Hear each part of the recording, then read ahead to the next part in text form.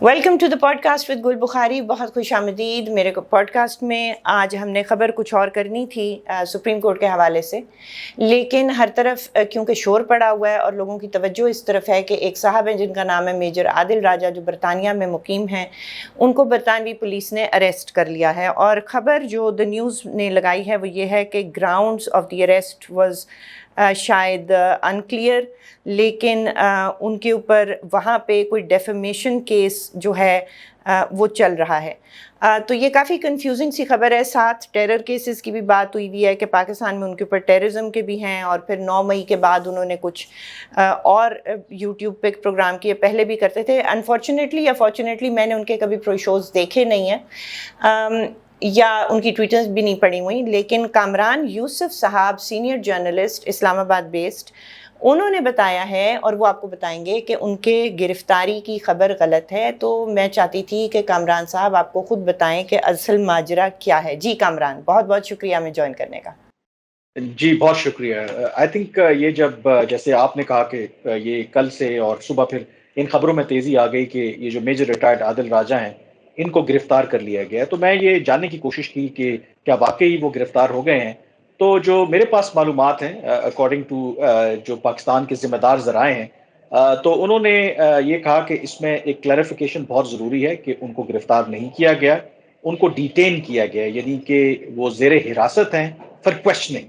اور وہ کس بیس پہ کویشچن کیا جا رہا ہے، جو میری پاس جو معلومات ہیں، جو پاکستان کے حکام کا کہنا ہے کہ یہ کئی ماہ سے جو پاکستان کے حکام ہیں وہ برطانیہ کے جو حکام ہیں ان سے رابطے میں ہیں کہ جو میجر ریٹائرڈ عادل راجہ ہیں through social media plate form کس طریقے سے پاکستان کے اداروں کے خلاف کام کر رہے ہیں، کس طریقے سے بقول پاکستانی حکام کے کہ پاکستان کے اندر وہ ایک وائلنس کو پروموٹ کرنے کی بات کر رہے ہیں، ایون میوٹنی کی بات کر رہے ہیں with in the army as well.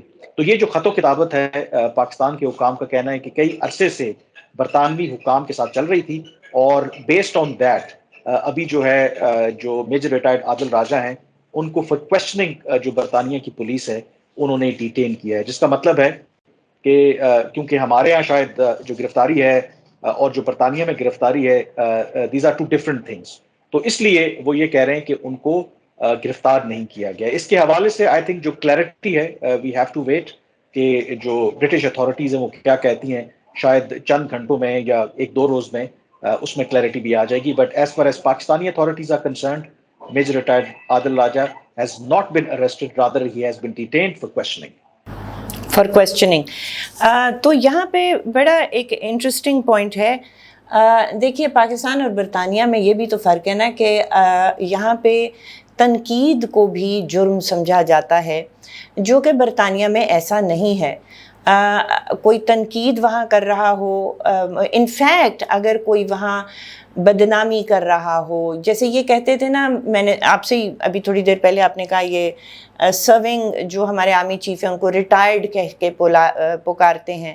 تو میرا خیال ہے ایسی باتوں پہ، تنقید پہ، ایون گال گلوچ پہ برطانوی حکام جو ہیں وہ ان کو شاید ڈیٹین بھی نہیں کر سکتے، ڈیفیمیشن پہ بھی ڈیٹین نہیں کر سکتے، ملائننگ پہ بھی ڈیٹین نہیں کر سکتے، کیونکہ ڈیفیمیشن وغیرہ جو ہیں یہ سول معاملات ہیں. ان میں پولیس پڑتی ہی نہیں ہے. آپ کسی پولیس کو جا کے یہ نہیں کہہ سکتے کہ جی اس نے میری ڈیفیمیشن کی ہے، کہ مجھے چور کہا، مجھے ڈاکو کہا، یا مجھے ریٹائرڈ کہا، یا جو بھی، تو وہ نہیں کر سکتے.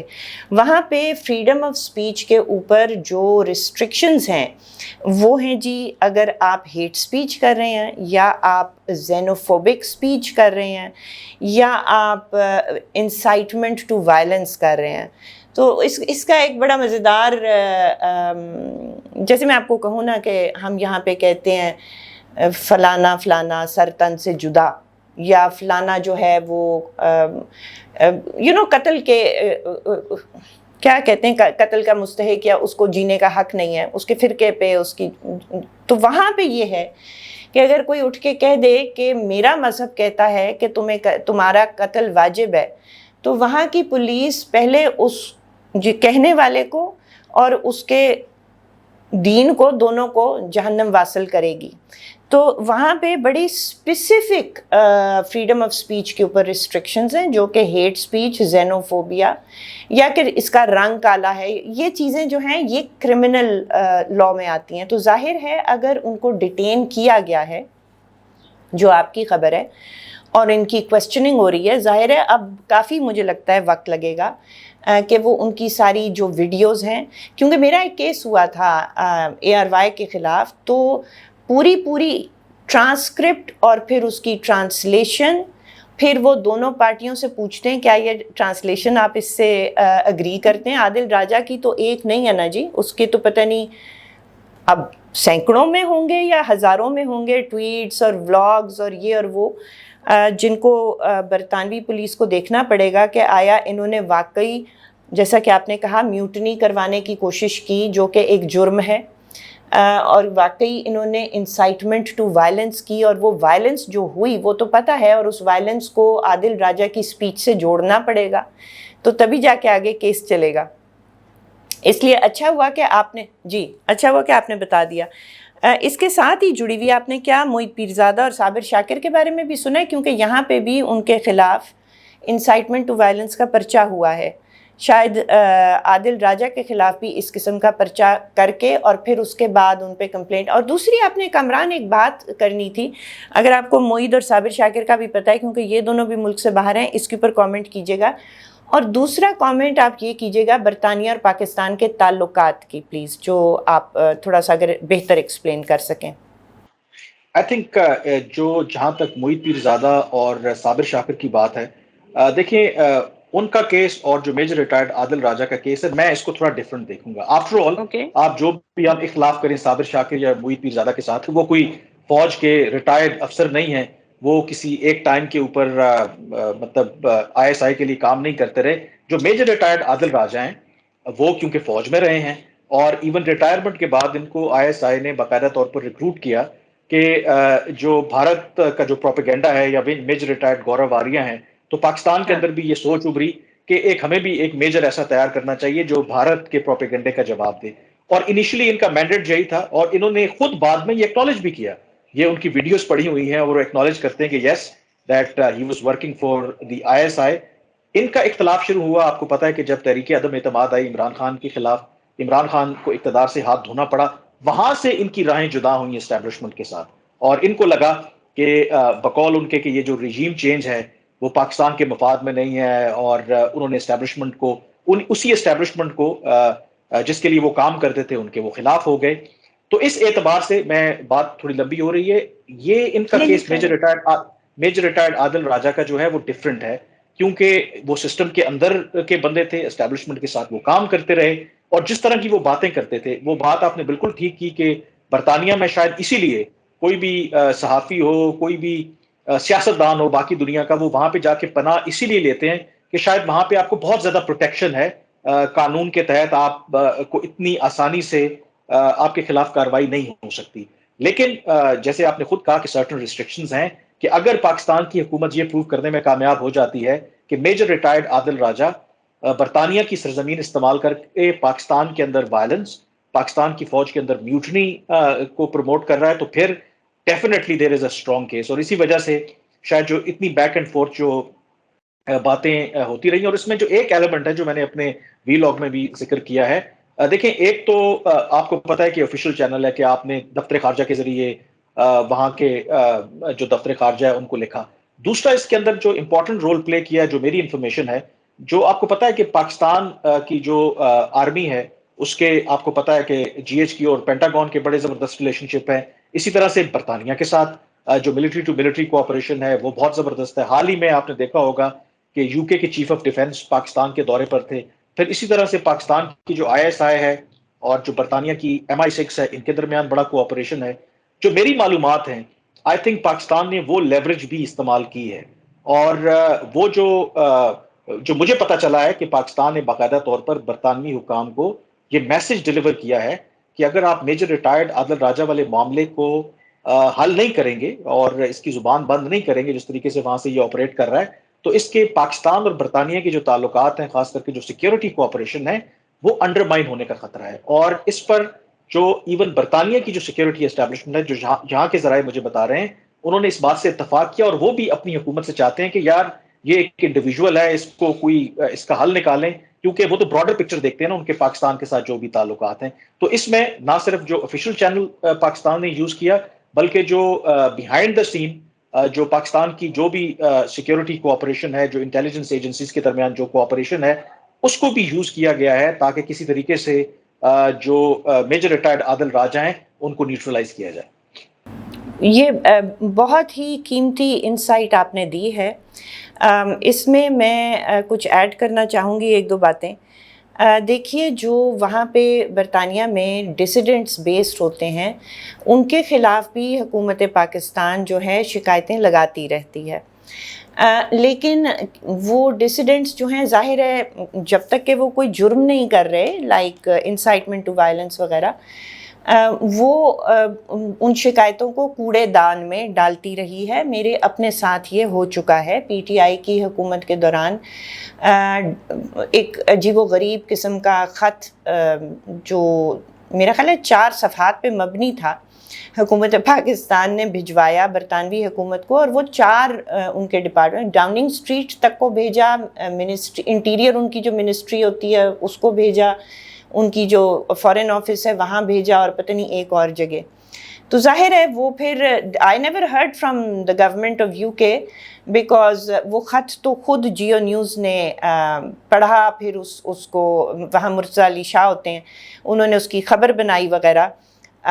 لیکن وہاں کی حکومت پہ چاہے آپ کے ملٹری ٹو ملٹری بھی ہوں، اور تب بھی تھے، لیکن وہاں کی ملٹری نے کچھ نہیں کیا، وہاں کی حکومت نے کچھ نہیں کیا، کسی بھی ڈسیڈنٹ کے ساتھ نہیں کیا. یہ لیوریج صرف تب استعمال ہو سکتی ہے جب واقعی کسی نے کوئی جرم کیا ہو. تو کلیئرلی یہاں پہ کچھ ایسی چیزیں دی ہوں گی انہوں نے کہ اس نے واقعی کوئی جرم کیا ہے اور اسی کو وہ انویسٹیگیٹ کر رہے ہیں. پر کیا کامران آپ یہ سمجھتے ہیں کہ اس میں ہمارے لیے کوئی لیسنز ہیں کہ ہم کس قسم کے لوگوں کو ایسٹ بناتے ہیں اور ڈپلوائے کرتے ہیں؟ جی کوئی لیسن ہے؟ جی میرے خیال میں بہت بڑا لیسن ہے یہ. بڑی میرے خیال میں سب سے بڑی جو اپنی انٹروسپیکشن کرنی چاہیے ہمارے اداروں کو کہ دیکھیں میجر ریٹائرڈ عادل راجہ اس کو ریٹائرمنٹ کے بعد جیسے میں نے کہا کہ آئی ایس آئی نے ہائر کیا تھا کہ یہ پاکستان کا جو قومی مفاد ہے کوٹ اینڈ کوٹ اس کو پوری دنیا میں پروموٹ کریں گے اور جو بھارت کا پروپیگنڈا ہے اس کو کاؤنٹر کریں گے. اور آج اگر آپ دیکھیں تو شاید میجر ریٹائرڈ گورو آریہ نے اتنا نقصان پاکستان کو نہیں پہنچایا جتنا اس میجر ریٹائرڈ عادل راجہ نے پہنچایا ہے.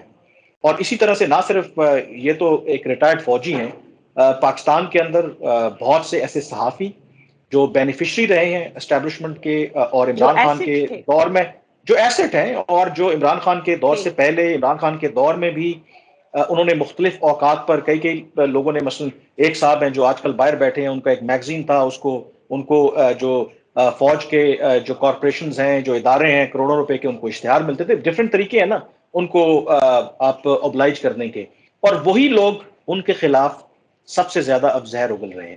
تو I think somebody needs to really sit down اور سوچنا چاہیے کہ جب یہ لوگوں کو، اور ایسا نہیں ہے پوری دنیا میں آپ کو پتا ہے کہ جو انٹیلیجنس ایجنسیز آپریٹ کرتی ہیں تو ان کے ایسٹس ہوتے ہیں، بٹ آپ جب کسی کو ایسٹ بناتے ہیں تو اس طریقے سے بناتے ہیں تو پھر آپ کو پتہ نہیں لگتا. You do it in a subtle way, اور پھر آپ کی جو چوائس ہے آف پیپل وہ بھی پھر اس طرح کی ہوتی ہے جو اس طریقے سے روگ نہیں ہوتے.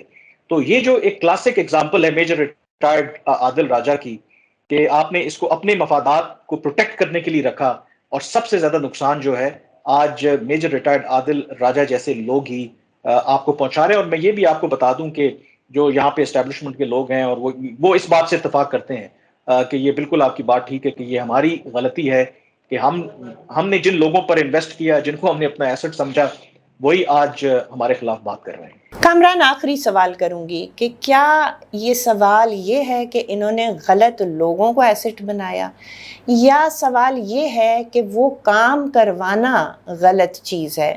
دیکھیے، چاہے وہ عادل راجہ ہوں، چاہے ڈاکٹر معید پیرزادہ ہوں جن کا آپ نے میگزین کا نام لیا، چاہے وہ ارشد شریف ہوں، کوئی بھی ہوں، دیکھیں یہ ایسٹ کیا کرتے کیا تھے. بات یہ نہیں ہے کہ یہ لوگ کیسے تھے، ان سے کام کروایا جاتا تھا جھوٹ بولنے کا. ان سے کام کروایا جاتا تھا پروپیگینڈا کرنے کا. جب آپ تنقید کا جواب ہے کہ آپ اس کا جواب دیں نا، لاجیکل جواب دیں یا تنقید کو کاؤنٹر کریں.